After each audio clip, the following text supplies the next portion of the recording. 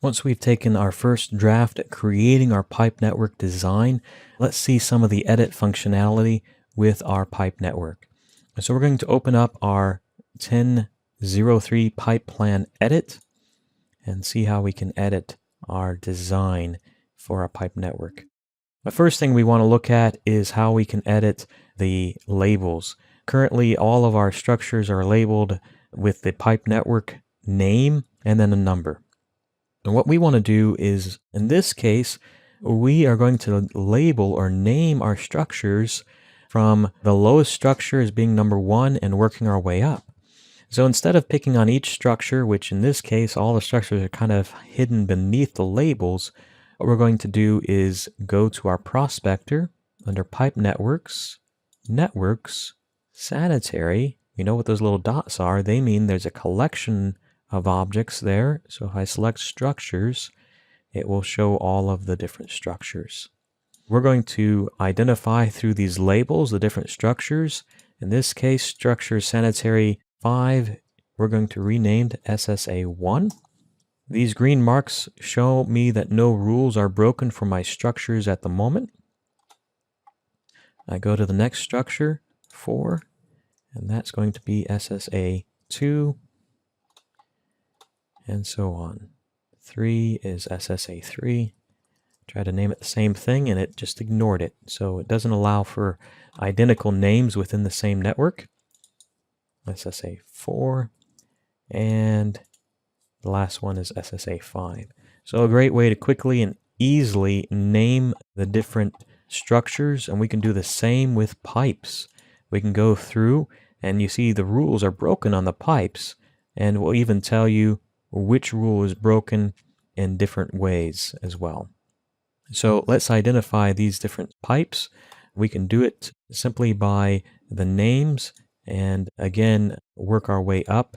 So this one is SSA2 to SSA1.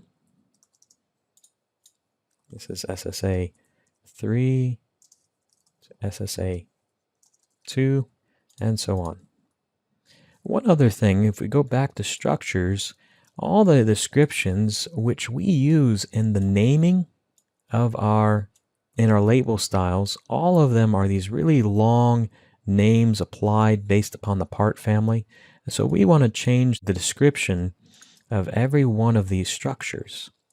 Now, we saw how we can do each one individually. If we want to change all of them, we simply right-click on the header name, choose Edit, and we're going to change it to 48-inch manhole. Now all of the descriptions have been changed for every single structure that we have within this pipe network. So some simple housekeeping, we can also do the same with our labels. We can move the labels. What about the design itself? Well, let's go ahead and we'll move SSA3 label and hit escape, and then I'm just going to pick the structure here. And you notice that the structure has a little leg sticking off.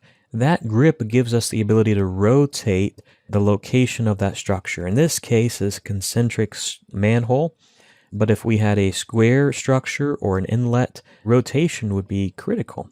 Additionally, we can swap the part so that we can go from a 48-inch to 60-inch manhole or some other part. And remember, when we swap the part, we're doing more than just changing the size or the type. We're applying a different style, different rules, and so forth. In this case, we're just going to grab by picking the square grip and sliding the structure to the center of the circle next to SSA3. When we do that, notice the pipes automatically moved. It's because the pipes are connected to the structure. So it's so much easier to move the structure and allow the pipes to follow instead of trying to move the pipes that are connected to the structure. Lastly, we can even add pipes and structures after the fact. For example, in this case, we have a branch from SSA3 to SSA 3.1. To do that, pick any portion of the pipe network, pipes or structures, and choose Edit Pipe Network from the contextual ribbon. It will open up that same toolbar we were working with, giving us the same parts list. And so we're going to change our structure to 40-inch manhole, and our pipe to 6-inch DIP. Now this gets a little bit more tricky because we don't want two structures here at SSA3. And right now, every single time we pick, we add a structure. So we're going to start by just adding a structure, not pipes and structures. And we're just going to add a structure right at the circle there labeled 3.1. So a new structure has been added. So we have all the structures that we need for our system. So now we're just going to change to pipes only. And notice the direction I'm laying out. I'm going from upstream to downstream. And so I'm going to turn off my object snap and literally get close to that structure. Now, I'm not dead on that structure. I can't see the structure. But do you see the little icon to the top right of my crosshairs? It looks like a circle with 4 lines out of it. It's kind of like an object snap. It connects the pipe, if I pick on it, to that structure. And so when I get close to this structure, it does the same thing. It floats and gives me that little glyph. And that tells me that pipe now will connect to that structure automatically and is drawn all the way to the center of the structure. Now if I move that structure, the pipe would follow. So a lot of different controls that we have, being able to add these different items. We can even have, when we add a pipe, if we float over an existing pipe, it will place and connect those together. Pipes and structures, it will drop a new structure in and split a pipe in between. So a lot of controls with being able to edit pipe networks. We looked at making changes to the names, making changes to entire descriptions, and of course we can change that with styles and so forth. Notice we still have one of these here. Let's go ahead and change that SSA 3.1 and change this one to 48-inch manhole and so on. So a little housekeeping. We could do the same within what's called our pipe network vista, and we'll see some more controls of that in our profile control. We, of course, edited by adding as well.